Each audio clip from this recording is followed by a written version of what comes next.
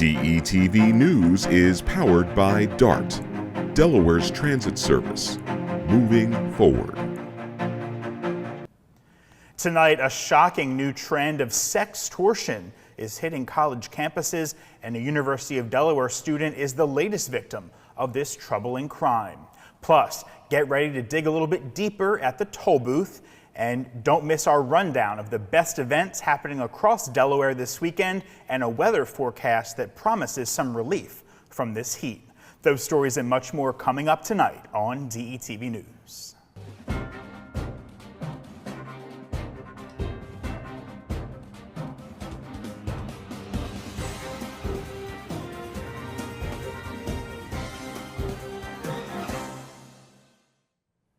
Good evening and welcome to DETV News. I'm Matt Ford. Thanks so much for being with us. We begin tonight in Newark, where a University of Delaware student is the latest victim of a crime that officials say has spread across college campuses nationwide. Criminals demanding a ransom to stop them from releasing explicit photos of the victim. Combining sexual photos with extortion, the crime has come to be known as sextortion. A crime alert was sent out to UD students earlier this week.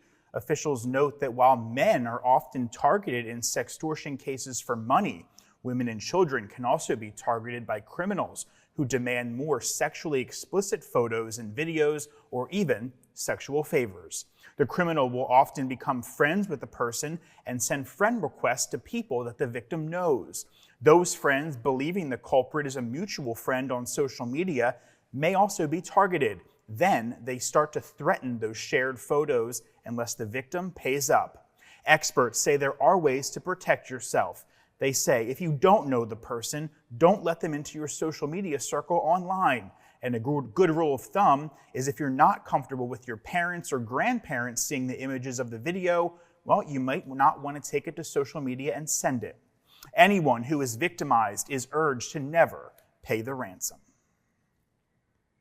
And in other news, state police are investigating a Tuesday afternoon robbery at the WSFS branch at Kirkwood Highway and Limestone Road. Tuesday afternoon, shortly before 3 o'clock, a suspect handed a note to a teller demanding cash.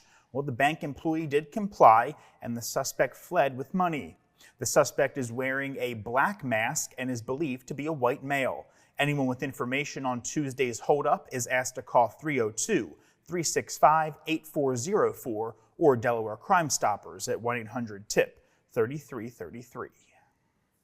And in a move that will impact thousands of daily commuters, the Delaware River Port Authority has approved its first toll increase in 13 years. Starting September 1st, the cost to cross the Delaware River from South Jersey into Pennsylvania will rise from $5 to $6. This toll hike will apply to the Ben Franklin, Betsy Ross, Walt Whitman, and Commodore Barry bridges. The decision was made by the Delaware River Port Authority's Board of Commissioners, who cited the need to address significant financial challenges. The board stated that enhancing safety and security, along with maintaining aging infrastructure, requires substantial funding, and this increase is essential to ensure the continued reliability and safety of their crossings. So commuters and travelers using these vital routes will feel the pinch, but the authority assures the public the funds will be raised that will be directed towards critical upgrades and improvements. And in an effort to enhance the safety of school bus transportation, the Delaware Safety Council has launched the Operation Lifesaver Decide Smart, Arrive Safe school bus driver training program. Announced today, the initiative aims to equip school bus drivers with the essential skills and knowledge needed to navigate railroad crossings safely. The program underscores the critical need for specialized training in this area.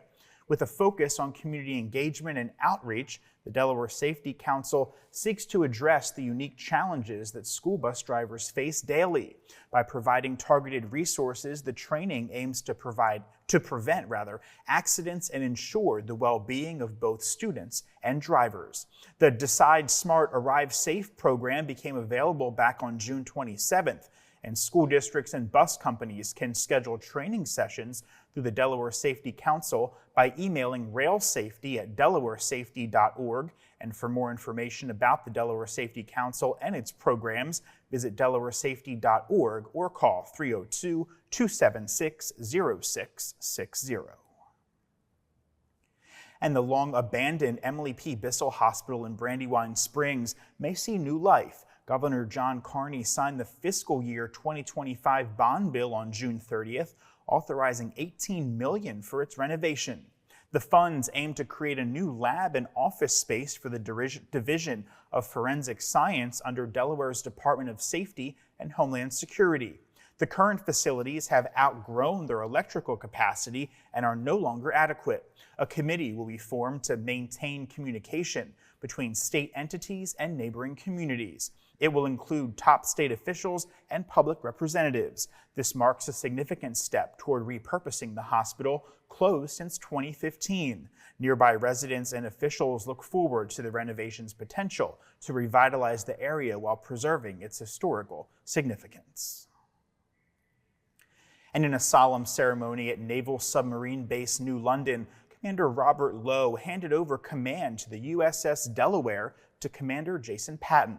The transfer took place on Thursday, July 11th, marking a significant moment for the First State's namesake nuclear-powered submarine. Commander Lowe, who took command in August 2022, was praised for his leadership by Captain Philip Castanello, who highlighted Lowe's role in maintaining Delaware as a vital deployable asset.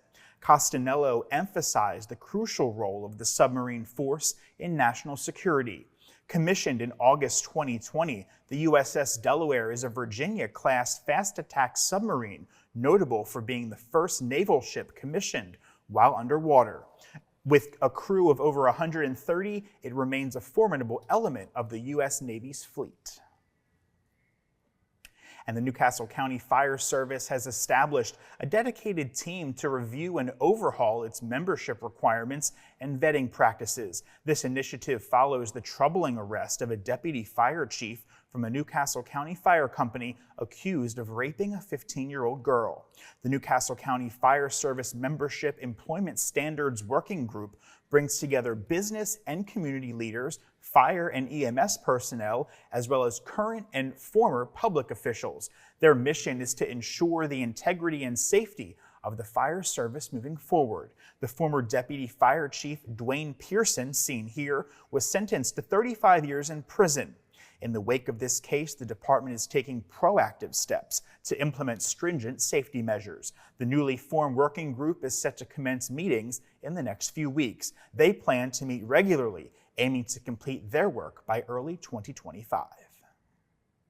To Kent County now, where improper use of toy guns in Dover is raising some concerns as teenagers reportedly shoot random people with what's called Orbeez gel blasters. Dover police report a surge in complaints about drive-by style incidents involving these toys. While just toys, misuse could actually result in criminal charges. If someone doesn't know these are gel blasters, they may think it's a real firearm, which diverts police resources. The gel pellets can cause property damage and injuries. They can even do enough damage to break a car window. The issue isn't isolated to Dover, however. Down in Milford, police arrested 3 teens recently for reckless endangerment and disorderly conduct with water bead guns. These guns are sold in stores like Walmart and are often locked away. Police urge parents to supervise children using them. Nationwide reports actually suggest similar incidents may be linked to a TikTok trend. And the Dagsboro Town Council is considering an ordinance to reduce the hours that restaurants in the Highway Commercial District can serve alcohol. The proposal would limit service to between 11:30 a.m. and 11 p.m. Officials say the move comes in response to police concerns about unruly behavior, particularly at La Dama Mexican Restaurant and Bar. The town plans to hold a public hearing on the ordinance in September. And to Dewey Beach now, where commissioners are considering an ordinance this coming weekend, actually, to empower lifeguards to prohibit activity deemed dangerous in the town's beaches. The proposed rule aims to enhance enforcement of existing bans on airborne sports from 11 a.m. to 3 p.m. on weekends, addressing concerns about drones and large kites. The policy would prioritize education, but allow for a $200 fine for violators who ignore the warnings. The commissioners will discuss and possibly vote on the ordinance this Friday. And speaking of beaches, it's another prime weekend here to hit the sand and surf. But if you don't feel like battling the beach traffic, well, our Shakira Denise is here to tell us what else is happening around the First State and give us the forecast. Hey, Shakira. Hey, Matt. You know, we've been hearing 3 words these past few days: excessive heat warning. But hold on, the good news is on the horizon, and this weekend promises for some relief with low humidity in the early part of the weekend. So let's see what's in store. On Feel Good Friday, the high will reach a pleasant 87 degrees under partly sunny skies. If you're heading out Friday night, leave the umbrella at home. You can expect a comfortable low of 68 degrees.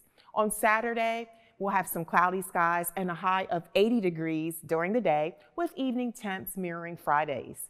And on Sunday, things will change a bit, so be prepared. We'll have a high of 87 degrees and cloudy skies pretty much all day.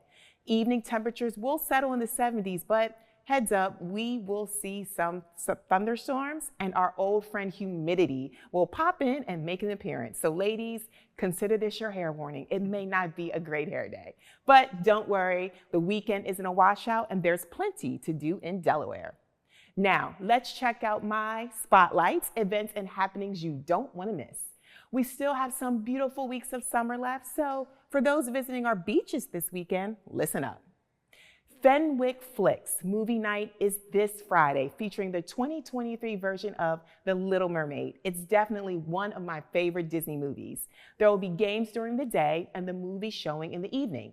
Don't forget to bring your blanket, your beach chair, and of course you can't forget about the snacks. Also this weekend, the Delaware State Fair kicks off in Harrington. There will be food, rides, games, and competitions you don't want to miss. And let's talk concerts. Friday brings John Party with Walker Montgomery. Saturday is Ludacris with DJ Infamous. And Sunday features Jordan Davis with Graylin James. Get your tickets and more information at DelawareStateFair.com. Now, if you prefer a smaller crowd and the soothing sounds of the ocean like I do, head to Cape Henlopen State Park. It's perfect for stargazing. Spend the evening listening to the waves and marveling at the twinkling stars. It's a great way to unwind and get yourself ready for the week.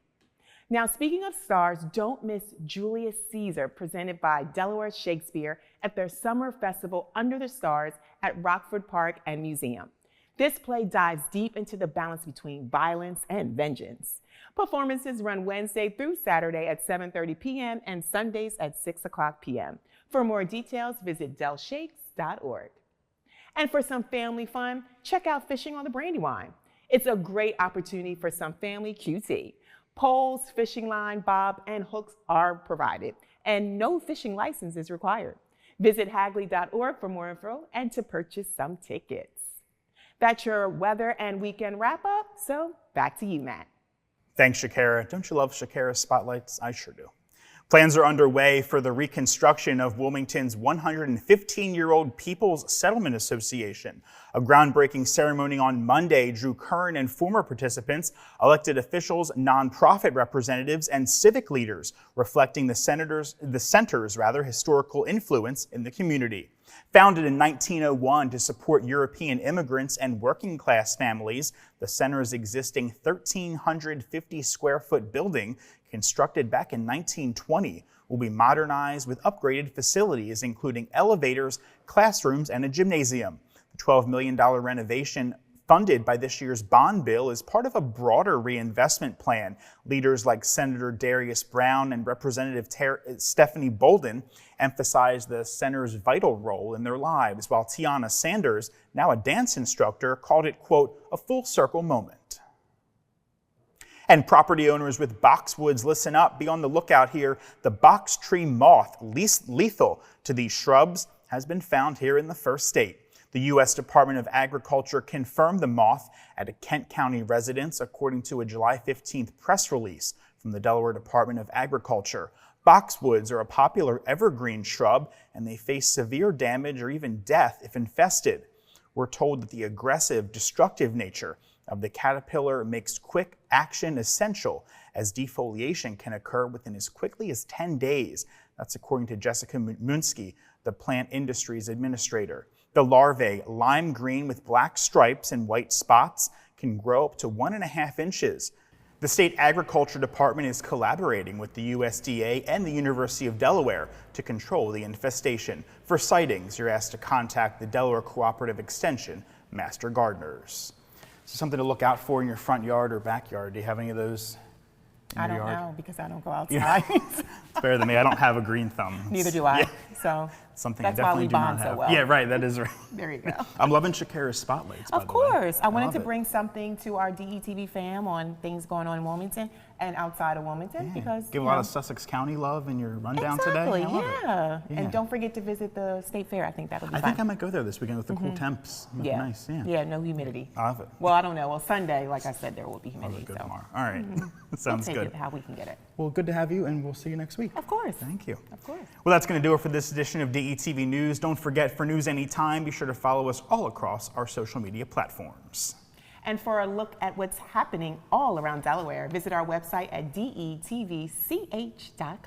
And if you have a comment, question, or a news tip, drop us a line at press@detvch.com. That's right. And for Shakira and all of us here at DETV News, have a great weekend, and we'll see you right back here next week. Take care.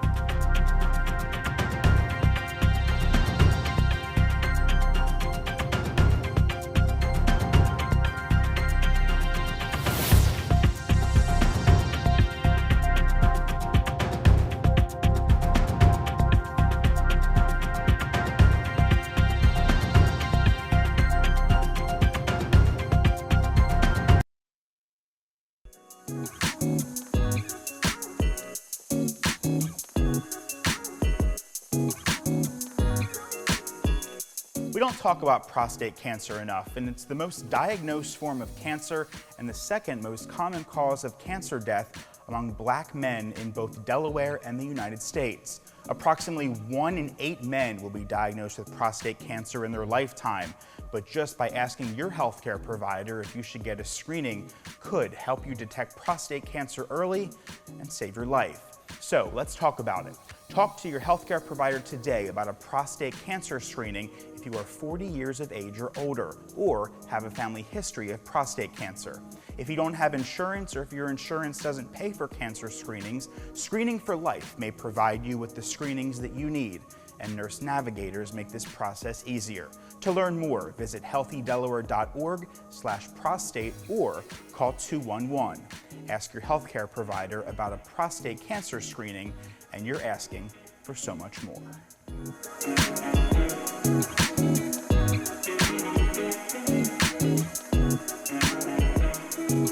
My name is Jason Aviles, and I am the founder and owner of Fly Yogi, and I'm here to share with you some tips to be able to help fight opioid addiction.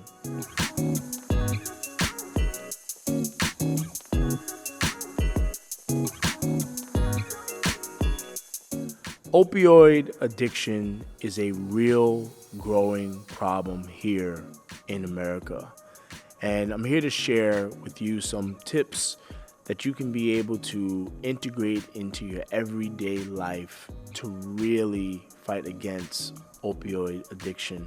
One of the first things is redeveloping your mindset. One of the practices that I like to use daily is meditation. And what meditation does is it brings you clarity of mind, and it helps keep you grounded, and it improves your ability to make decisions that you are going to benefit from. A lot of the time we find that addiction is rooted in our mindset. It's rooted in how we think and how we perceive, and therefore how we act. So this is a really good way to help fight against that energy of addiction. The second thing is improving your lifestyle through diet and exercise. At the very root of addiction, there is substances within the body that's causing the addiction on a physical level. When we begin to introduce healthier foods, plant-based foods, we begin to remove and detox the substances that are in our body that's causing and attracting the addiction. So through incorporating more fresh fruits, vegetables, nuts, seeds, grains, and even drinking water on a daily basis, you're going to put your body in a state where it's going to be able to fight the root causes of these addictions. The second part is exercise. Exercise is good for mood. It's good for energy. It's good to increase vitality. It's good to get your heart pumping and get your blood flowing and get oxygen moving throughout the body. So through engaging in physical exercise, complemented by incorporating healthier foods, you're putting your body and your mind in a state where it does not want what's causing these things that are manifesting negatively in your life. So addiction can really be decreased by just incorporating a healthier lifestyle through diet and nutrition, exercise, and then also making sure that you're tackling the mind through mindset, through meditation.